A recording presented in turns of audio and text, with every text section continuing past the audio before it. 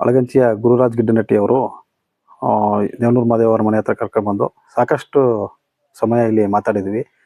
ಆ ನೆನಪಿಗಾಗಿ ಗುರುರಾಜ್ ಗಿಡ್ಡನಟ್ಟಿಯವರ ಒಂದು ಕವಿತೆ ಅವ್ವ ಎಂಬ ಉರಿಯುವ ದೀಪ, ಈ ಕವಿತೆಯನ್ನು ಓದ್ತೇನೆ. ಕಾಡುವುದು ತಾಯ್ತನದ ಅಕ್ಕರೆ, ಅಣ್ಣಾದ ಸರಿಯಿಲ್ಲದ ಅಸಹಾಯಕ ಸಿಡುಕಿನ ಎಲುವಿನವಳು. ಮುಳ್ಳು ಮುಖದ ಅವ್ವ, ನಾಜೂಕಿಲ್ಲದ ಮಾಸಲು ಸೀರೆಯ ಕೆದರಿದ ಕೂದಿನವಳು. ಊರು ಕೇರಿ ಕಾಣದವಳು, ಪರರ ನೋವಿಗೆ ಅತ್ತವಳು. ನಮ್ಮ ದುಃಖಕ್ಕೆ ನಗುತ್ತಲೇ ತಲೆ ಸವರಿ ದೇವರವಣ ಅಂದವಳು. ಊರು ಕೇರಿ ಕಾಣದವಳು, ಪರರ ನೋವಿಗೆ ಅತ್ತವಳು. ನಮ್ಮ ದುಃಖಕ್ಕೆ ನಗುತ್ತಲೇ ತಲೆ ಸವರಿ ದೇವರವಣ ಅಂದವಳು. ಅಪ್ಪ ಹೊಲ ಮಾರುವೆ ಅಂದಾಗ ಮಾರು ಅಂದಳು. ಅಪ್ಪ ಹೊಲ ಮಾರುವೆ ಅಂದಾಗ ಮಾರು ಅಂದಳು. ಎಂದೂ ಹೊಲಕ್ಕೆ ಹೋಗದವಳು, ಎಂದೂ ಹೊಲಕ್ಕೆ ಹೋಗದವಳು, ಇಕ್ಕಿದ ವಾಲೆಯನ್ನೇ ಬಿಚ್ಚಿಕೊಟ್ಟವಳು, ಇಕ್ಕಿದ ವಾಲೆಯನ್ನೇ ಬಿಚ್ಚಿಕೊಟ್ಟವಳು. ಕೂಸೋ ಕಂದ ಎಂದು ಕೂಗುತ್ತಿದ್ದ ಅವ್ವಳ ಕೂಗಿನ ದನಿ ತಣ್ಣಗೆ ಮೌನವಾಗಿ ಮಣ್ಣಲ್ಲಿ ಮಣ್ಣಾದಾಗ. ಕೂಸೋ ಕಂದ ಎಂದು ಕೂಗುತ್ತಿದ್ದ ಅವ್ವನ ಕೂಗಿನ ದನಿ ತಣ್ಣಗೆ ಮೌನವಾಗಿ ಮಣ್ಣಲ್ಲಿ ಮಣ್ಣಾದಾಗ ಅವಳು ಸದಾ ಕೂರುತ್ತಿದ್ದ ಜಾಗ ಈಗ ಖಾಲಿ ಖಾಲಿ, ಈಗ ಖಾಲಿ ಖಾಲಿ.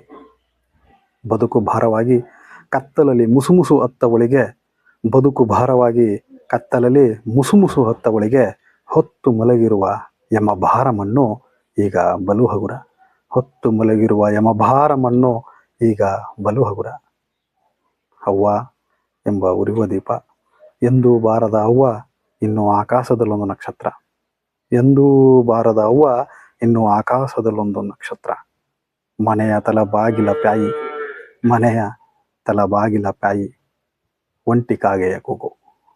ಸಮಾಧಿಯಲ್ಲಿ ಉರಿಯುವ ದೀಪ ಧೂಪ, ಸಮಾಧಿಯಲ್ಲಿ ಉರಿಯುವ ದೀಪ ಧೂಪ. ಅವ್ವ ಎಂಬ ಉರಿಯುವ ದೀಪ. ನಮಸ್ಕಾರ.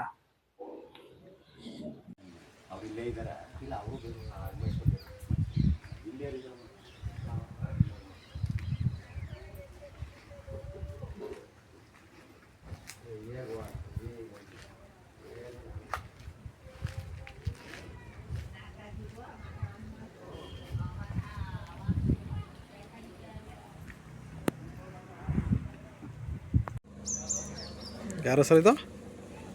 ನಡುಕೇರಿ ಮಾರಮ್ಮ.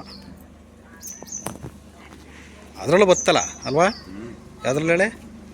ಕುಸುಮ ಬಾಲಲ್ಲಿ